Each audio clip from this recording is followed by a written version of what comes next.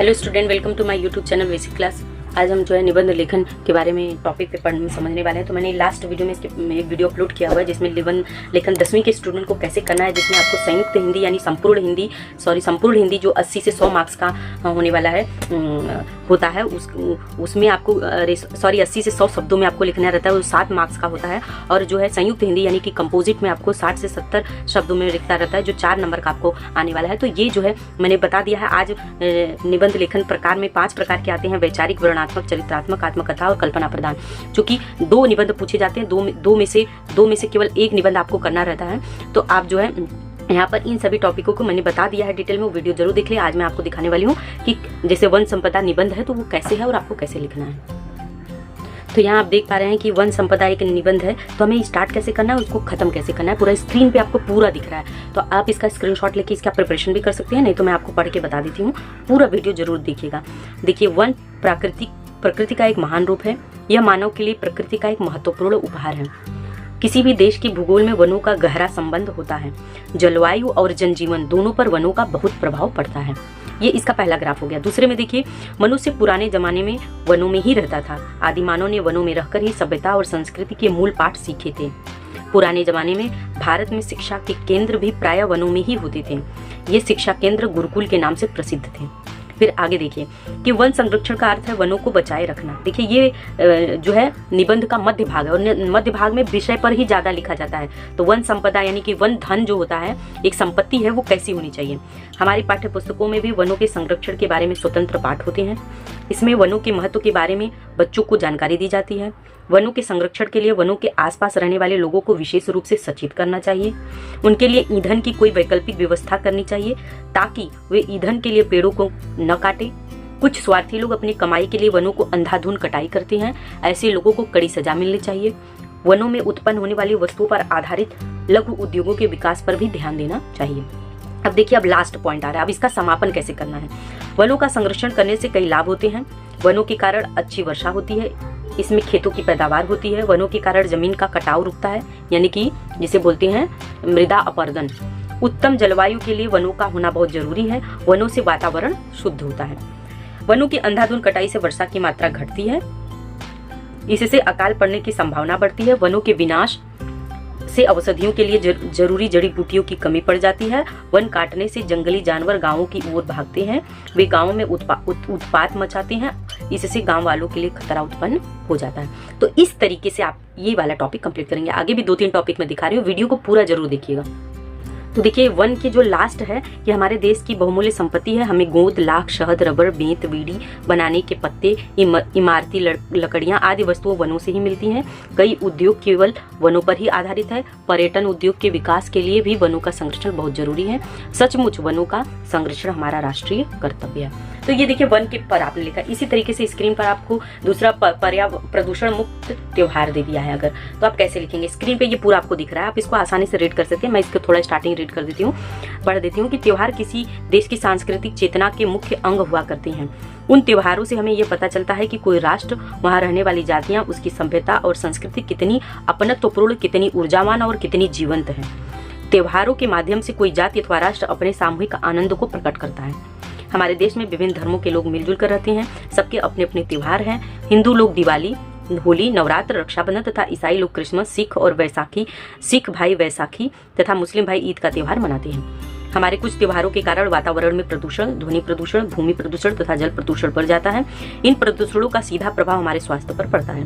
वायु प्रदूषण से श्वास की तकलीफ बढ़ती है। ध्वनि प्रदूषण से बहरा हो जाने का डर तथा सामाजिक शांति और समरसता भंग होने का खतरा होता है। भूमि प्रदूषण के कारण जमीन में रसायन मिल जाने से खाद्यान्नों, फलों, जल तथा दूध आदि पर प्रभाव पड़ता है। प्रदूषित जल पीने से हमें तरह तरह के रोगों का सामना करना पड़ता है।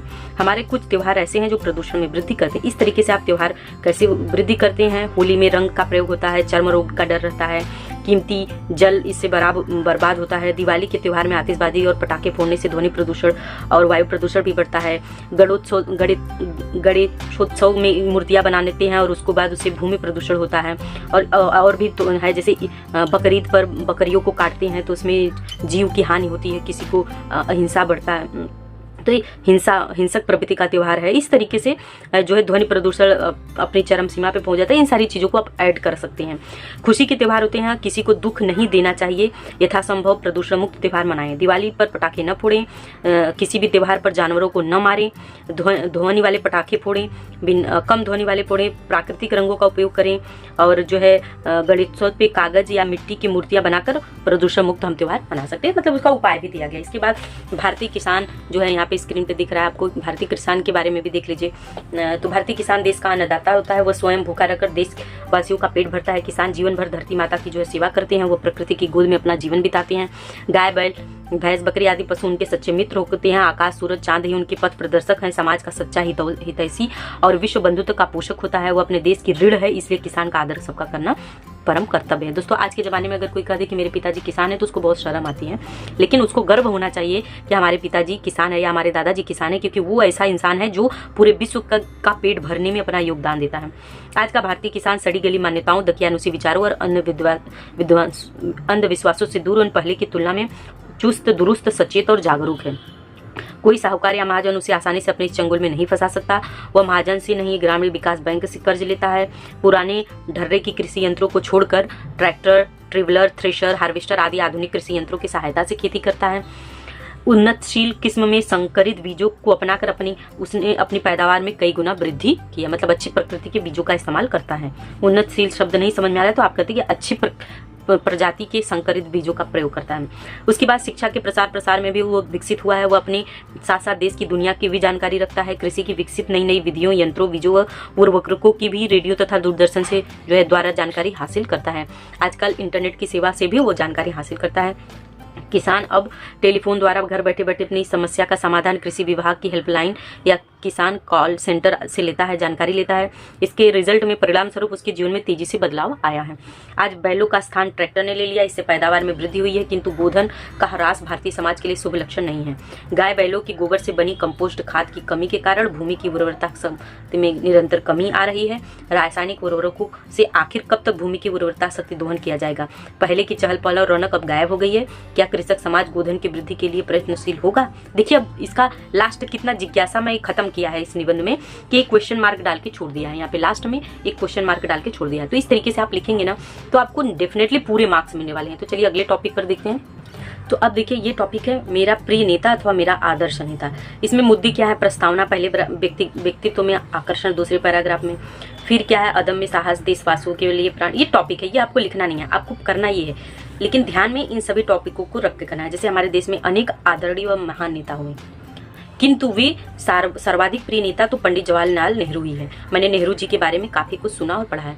देखिए दोस्तों, अगर आप प्रिय नेता के बारे में, नेहरू सबके अपने अपने प्रिय नेता होते हैं, जो है वो आप अपने व्यक्ति के हिसाब से आपको जो समझ में आया वो लिख सकती हैं। जरूरी नहीं कि नेहरू ही लिखे, पंडित जवाहरलाल नेहरू, आपको जो भी नेता अच्छे लगते हैं वो लिख सकते हैं, लेकिन उनके बारे में आपको पूरा ज्ञान होना चाहिए। अगर नहीं होता तो आप यही नेहरू जी के बारे में पढ़ के जाइए और यही लिख दीजिए।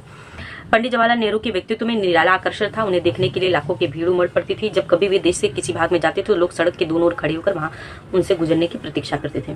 पंडित जी को भय नाम की चीज छू नहीं सकती थी। सन 42 में भारत छोड़ो आंदोलन चल रहा था। अंग्रेज सरकार का दमन चक्र भी चल रहा था। सर्वत्र आतंक छाया हुआ था। स्वतंत्रता आंदोलन दबाने के लिए प्रयास किए जा रहे थे। ऐसे वातावरण में पंडित जवाहरलाल नेहरू जेल से छूटे। उन्होंने देश भर दौरा किया। भारत के कोने कोने में पहुंचकर लोगों को निकट भविष्य में आने वाली स्वतंत्रता का संदेश दिया। उन्होंने देशवासियों में नए प्राण फूके। 15 अगस्त 1947 को जब भारत स्वतंत्र हुआ तो पंडित जी देश के प्रथम प्रधानमंत्री बने। देखिए उनकी उपलब्धि भी लिखिए। उस समय वे 58 वर्ष के हो चुके थे। इस उम्र में उनकी कार्यक्षमता अद्भुत थी। वे प्रतिदिन 16 से 18 घंटे काम करते थे। उस समय देश अनेक समस्याओं से घिरा हुआ था, परंतु पंडित जी विचलित नहीं हुए। उन्होंने देश के विकास के लिए पंचवर्षीय योजनाएं प्रारंभ की, कृषि विकास के लिए बांध बनवाए। उन्होंने महात्मा गांधी के सपनों के भारत की मजबूत नींव डाली। इसलिए पंडित जी आधुनिक भारत के निर्माता कहे जाते हैं। पंडित जवाहरलाल नेहरू 14 नवंबर सन 1889 में हुआ था, मतलब 1889 को हुआ था। उनका जन्मदिन आज भी बाल दिवस के रूप में मनाया जाता है। इस दिन बच्चे अपने प्यारे चाचा नेहरू को याद करते हैं। पंडित जी युवकों के हृदय सम्राट थे। उनकी गिनती विश्व की चोटी के नेताओं में होती थी। पंडित जी इतिहास में अमर हो गए। यह भारत माता धन्य है जिसने पंडित जवाहरलाल जैसे सपूत को जन्म दिया। तो इस तरीके से हम जो है उनका धन्यवाद और भारत माता की कृतज्ञता के साथ समापन करेंगे। लास्ट पॉइंट देख लीजिए 5वां, यदि मैं वैज्ञानिक होता। अगर कल्पना करना है तो देखिए यहाँ पे वैज्ञानिक, आज का युग वैज्ञानिक युग है। जीवन के हर क्षेत्र में विज्ञान का बोलबाला है। जब मैं अपने चारों तरफ विज्ञान के अनोखे चमत्कार देखता हूँ तो मेरे मन में यह भावना उत्पन्न होती है, काश मैं भी वैज्ञानिक होता। वैज्ञानिक बनने के लिए वैज्ञानिक दृष्टिकोण होना और विज्ञान की ऊंची शिक्षा प्राप्त करनी जरूरी है। विज्ञान में उच्च डिग्री लेकर अपनी प्रयोगशाला बनाता। अपनी प्रयोगशाला में मैं उन चीज़ों के बारे में शोध करता जिसकी हमारे देश को जरूरत है। उसे सस्ती लेकिन कारगर मशीनों, दवाइयों, खेती के लिए नए नए औजारों आदि की जरूरत है। बाहर से आने वाली चीज़ें इतनी महंगी होती है कि साधारण आदमी उन्हें नहीं खरीद सकता। यदि मैं वैज्ञानिक होता तो यही प्रयत्न रहता कि सभी चीज़ें देश में ही बने और सब लोग उसका आसानी से लाभ उठा सकें। देखिए, सोच अच्छी पॉजिटिव रखना है। वैज्ञानिक बनकर मैं ये खोजने में लग जाता कि समुद्र के जल में पेयजल कैसे बनाया जाए। देखो, ये सबसे बड़ी समस्या है। समुद्र जल से विद्युत कैसे उत्पन्न की जाए, ऊर्जा की भी समस्या। सूर्य की गर्मी से सस्ती ऊर्जा कैसे प्राप्त किया जाए। आज विश्व में कैंसर जैसी लाखों बीमारी, लोगों की बेमौत हो रही है। एड्स जैसे घातक रोग का कोई सफल इलाज नहीं है। यदि मैं वैज्ञानिक होता तो इस खतरनाक बीमारियों का अचूक इलाज खोजने के लिए जीतोड़ कोशिश करता। एक वैज्ञानिक के रूप में वैज्ञानिक संगठनों की स्थापना करता। आम जनता में विज्ञान के प्रति समझदारी और अभिरुचि बढ़ाने में मैं प्रदर्शनियों और चर्चा सभाओं का आयोजन करता। विज्ञान के अध्ययन को प्रोत्साहन देने के लिए मैं हर संभव प्रयास करता। मैं नवयुवकों की बुद्धि और शक्ति का सदुपयोग करता। एक वैज्ञानिक के रूप में मुझे चाहे जितनी भी सफलता मिलती, लेकिन मैं कभी नहीं भूलता कि मैं सबसे पहले मनुष्य हूँ, उसके बाद वैज्ञानिक। मेरी खोजें समस्त मानवता के हित के लिए होती। कितना अच्छा हो यदि मैं वैज्ञानिक बन पाऊँ। तो इस तरीके से आपको खत्म करना है। देखिए कितना अच्छा टॉपिक है, स्क्रीनशॉट भी लेकर। यदि मैं नदी होती तो नदी की समस्या और नदी कि क्या होता है। यदि मैं सड़क होता या जो भी चीज़ें आपको आ जाए, यदि मैं एक दिन के लिए प्रधानमंत्री बन जाता तो ये सारे टॉपिक भी आप जो है कवर कर सकते हैं इससे रिलेटेड। तो पूरा वीडियो देखने के लिए धन्यवाद। मिलते हैं नेक्स्ट वीडियो में नए टॉपिक के साथ।